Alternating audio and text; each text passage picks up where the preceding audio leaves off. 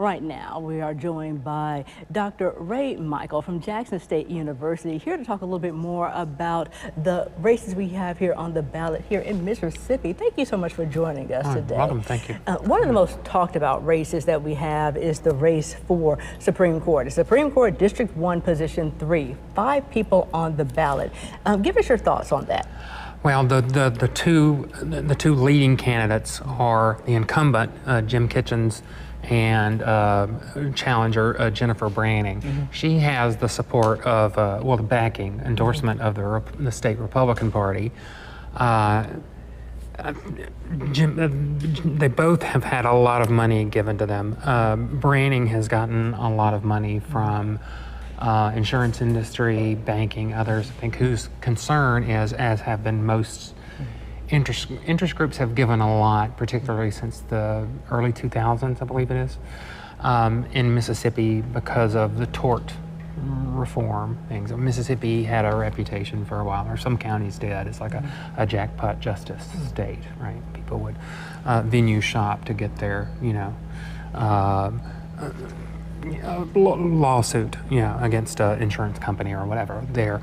And there's still interest in getting that. Oh yes, medical business too. But you've seen that all over the country. It's not just in Mississippi of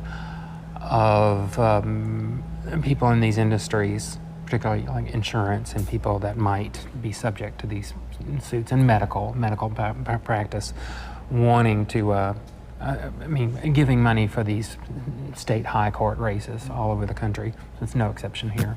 And you mentioned that one of the candidates has the backing of a political party, and we know that judges are nonpartisan. Yes. Nonpartisan, they do not have a party affiliation once they reach the judicial level.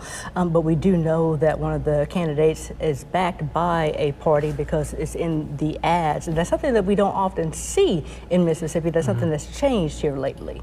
Yes. Yes, you can't. You cannot identify your party in an ad. The candidate can't. They have tried, and you've noticed one of the candidates has been Branning has been calling herself a constitutional conservative. Now, I did find in one of these other races in the South, another is describing herself as a strict constitutional conservative, and I saw that came up a lot. But I think that's mainly.